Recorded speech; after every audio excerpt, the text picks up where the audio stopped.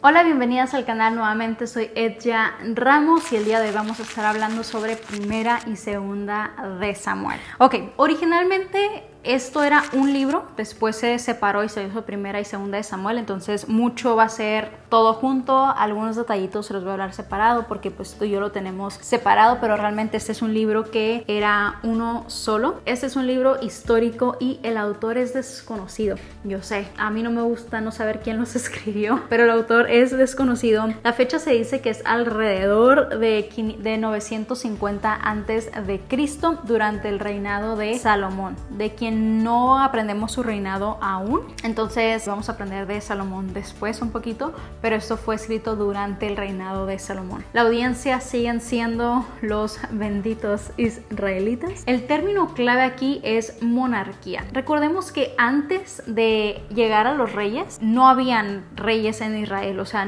no era algo. Vemos a líderes que se levantaron, vemos a jueces que se levantaron, mas no había esto de reyes. El rey que ellos tenían era Dios mismo, que ay, ahorita vamos a entrar a eso, ahorita vamos a entrar a esto. Pero bueno, al ser este término en monarquía, pues siendo también un libro histórico, nos describe cómo comenzó esta monarquía en Israel. Vemos al primer rey, que fue Saúl, que fue un fracaso total, ahorita vamos a hablar más de eso, y después vemos el reinado de David, que fue un éxito, pero también tuvo sus luchas, tanto con su carne, tanto con Saúl, con su envidia, que bueno, lo persiguió bastante, le hizo la vida lo más imposible que pudo. Les voy a leer dos resúmenes en una oración. Uno va a ser de Primera de Samuel y uno va a ser de Segunda de Samuel. Para Primera de Samuel: después del liderazgo de Samuel como juez, que ahorita vamos a entrar un poquito más en Samuel, el pueblo volteó a ver a Saúl como su primer rey, quien después fue rechazado por Dios porque eligió a David.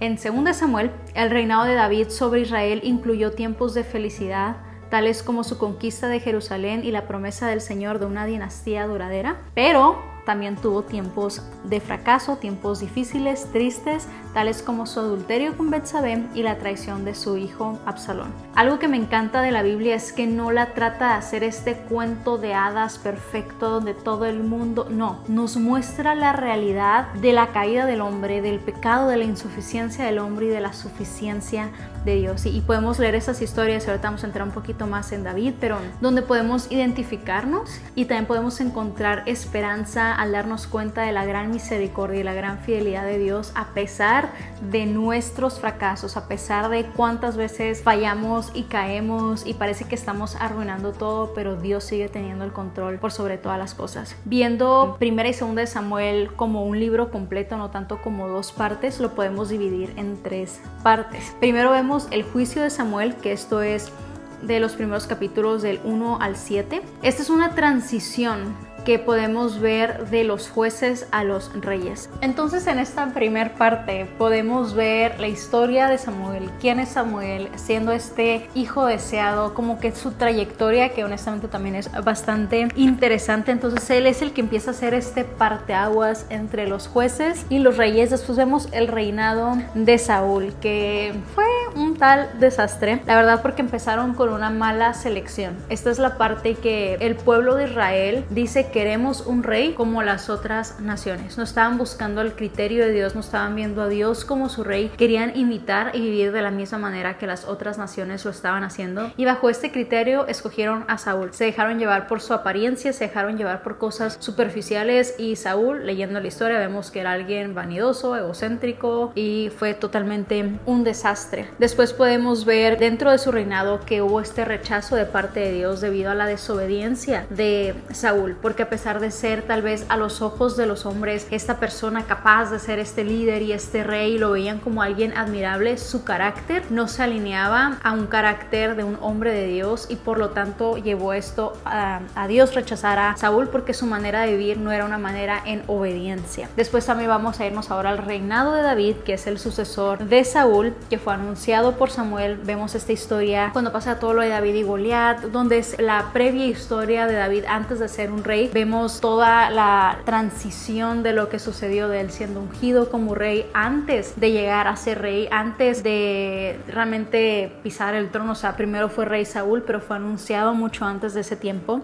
Fue aceptado por Jonathan, que era el hijo de Saúl. Tenían esta amistad que honestamente, leyendo los versículos, de repente suena un poquito sospechoso ciertas palabras o ciertas frases que se dice, que hay gente que quiere obviamente hacerlo de una manera muy negativa, hablando como de algún tipo de relación entre ellos, que eso para nada que ver con lo que dice la Biblia. Simplemente era una amistad y un lazo entre amigos bastante profundo, bastante radical. Lo podemos ver a lo largo de esta historia. Y vemos también cómo Saúl ataca a David. Había este celo, esta amargura de Saúl hacia la vida de David, y vemos constantemente esta pelea entre ellos dos, Saúl siempre persiguiendo a David, David escondiéndose. O sea, fue bastante intenso, que de hecho muchos de los salmos que podemos leer el día de hoy es justamente David corriendo, huyendo de sus enemigos, hablando de Saúl. Entonces eso es bastante interesante. A lo largo de estos dos libros podemos aprender como les digo, esta transición de los jueces hacia los reyes, el por qué empezaron estos reyes, los primeros reyes y la historia detrás de esto. Pero también podemos ver algunas enseñanzas teológicas y doctrinales a lo largo de esta historia, porque claramente sí es algo histórico y nos narra esta línea de reyes en el pueblo de Israel, lo que sucedió en esos reinados, las guerras y tanto. Pero también claramente podemos aprender algo teológico porque está dentro de la Biblia. Lo primero, podemos ver que el pueblo de Dios ha de ser diferente. Esto es una narrativa constantemente y se repite aún hasta el Nuevo Testamento, pero también aquí es bastante evidente. Nos enseña que la obediencia parcial es desobediencia. Cuando Dios dice no a algo, da instrucciones de algo, no se trata de, bueno, pero si hago esto, pero esto no, o solamente una parte de esto, con eso va a estar bien, no pasa nada. No, realmente tenemos que ser totalmente obedientes, tenemos que ser radicales cuando se trata de la palabra de Dios, cuando se trata de vivir alineados a lo que Él desea de nosotros. Y esto que te voy a leer lo saqué del segmento de la Biblia temática editada por Miguel Núñez, y me encantó esto. Dice: Dios no negocia su santidad ni su ley, no importan las circunstancias, su estándar es absoluto. La desobediencia cuesta más de lo que se puede estar dispuesto a pagar. Y esto nos revela que el carácter de Dios se mantiene el mismo siempre, y por eso me gustó aquí. Su santidad, su ley, lo que Él demanda, no cambia dependiendo de que, ok, pero es que ve ahora esta situación, ve esta circunstancia a mi alrededor, por eso voy a actuar de esta manera, que lo vemos mucho en la historia de Saúl, que actúa de ciertas maneras y siempre tiene una manera de justificarse, siempre una manera de decir, bueno, es que hice esto por esta razón, pero no hay una razón para desobedecer a Dios. No hay nada que pueda excusar vivir una vida en desobediencia, porque el carácter de Dios no cambia nada.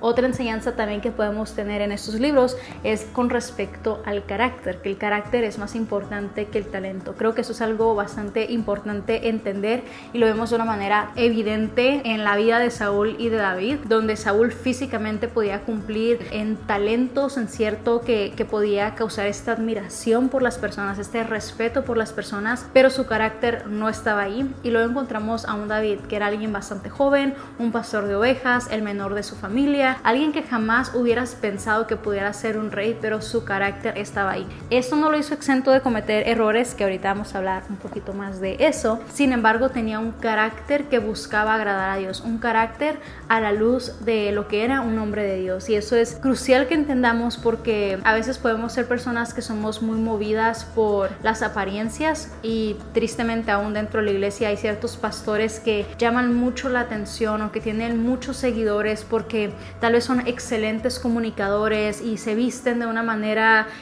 como que cool o a la moda, o una manera que causa admiración, y tienen estas casas y estos carros, y todo lo que no tiene nada que ver con el carácter, todo lo que pudiera ser aplaudido por el mundo, aplaudido como lo pudieras ver con una celebridad, pero la verdadera importancia se va a encontrar en el carácter. Ahí es donde se encuentra lo más importante delante de Dios. También podemos aprender con respecto a los planes de Dios manteniéndose en pie sin importar la desobediencia de Saúl y los pecados de David, porque ambos fallaron de distintas maneras, que ahorita, como les digo, vamos a hablar un poquito más de eso, pero el plan de Dios se mantuvo, y esto es algo que creo que es importante que entendamos, pensamos, porque a veces escuchamos a personas que dicen, o a veces nosotros creemos que podemos modificar los planes de Dios, y tal vez lo pudiéramos pensar hacia la luz de esta tierra, pero no a la luz del plan que está sucediendo, que ese no se mueve. O sea, los planes que Dios tenía y sigue teniendo, o sea, como que esto continúa. Sí hay otros eslabones por acá abajo, hay ciertas personas que Dios decide usar, ciertos medios, ciertas circunstancias y demás. Sin embargo, nada en nuestra humanidad puede cambiar el plan de Dios, porque lo que les he venido mencionando desde Génesis, todo está corriendo este plan apuntando hacia el Mesías, y vemos cómo, sin importar las guerras, los líderes, las desobediencias, las traiciones, la idolatría, el pecado, nada de eso va modificando lo que realmente va a pasar, y de alguna manera u otra sucede. Y de la misma manera podemos ver en la vida de David, porque hay un pacto a David, un pacto sobre su reinado y sobre la línea mesiánica y todo esto, que vemos como, les digo, o sea, hay un desastre en estas dos vidas, en estas dos historias, pero ese pacto de parte de Dios se mantiene intacto. Llega un momento donde el pueblo de Israel, los reinos se separan, y eso es algo que ya continúa así el resto de la Biblia y también en el Nuevo Testamento, y son los que les llaman como también las ovejas perdidas, porque es como esta separación que hubo dentro del reino, y se va al reino del norte y al reino del sur. En el reino del norte hay múltiples dinastías que se representan, pero en el reino del sur todos son los descendientes de Judá. Es una sola dinastía que continúa, que es la de David, hasta llegar a Cristo. Entonces vemos cómo continúa esta línea, continúa este plan, continúa este pacto, continúa esta promesa.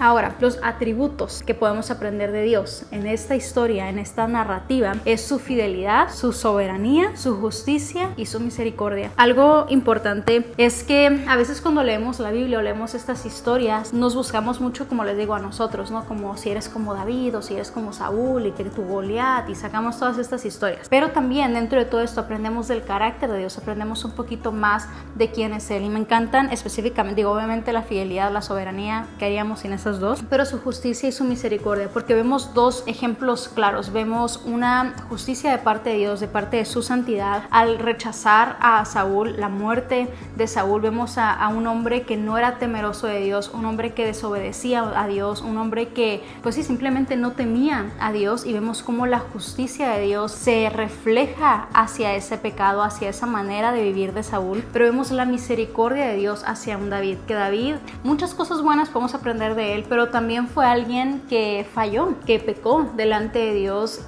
tuvo una infidelidad con una mujer que estaba casada, y termina mandando matar al esposo de esa mujer para quedarse con la mujer. Entonces son temas graves, ¿no? El adulterio y el homicidio. Pero dentro de eso llega un profeta a confrontar a David con su pecado, y un genuino arrepentimiento de parte de David, que vemos esta restauración, vemos esta misericordia de parte de Dios a perdonar el pecado de David cuando había un genuino arrepentimiento. Vemos que en la Biblia lo narra como alguien que era un hombre según el corazón de Dios. Eso no significaba que era exento de pecado, que nunca había fallado, sino que realmente buscaba ese agrado hacia Dios, que a pesar de sus fracasos volvía a este arrepentimiento y a esta alabanza a Dios, y caminando la misma carrera que todos estamos caminando. Y ahí es donde aprendemos un poco más del carácter de quién es Dios. Pero hasta aquí terminamos con la introducción de estos dos libros. Espero que les guste. Recuerden que todos los viernes están saliendo estas introducciones, y las pueden ir viendo para que tengan un mejor concepto y entendimiento de la Biblia completa.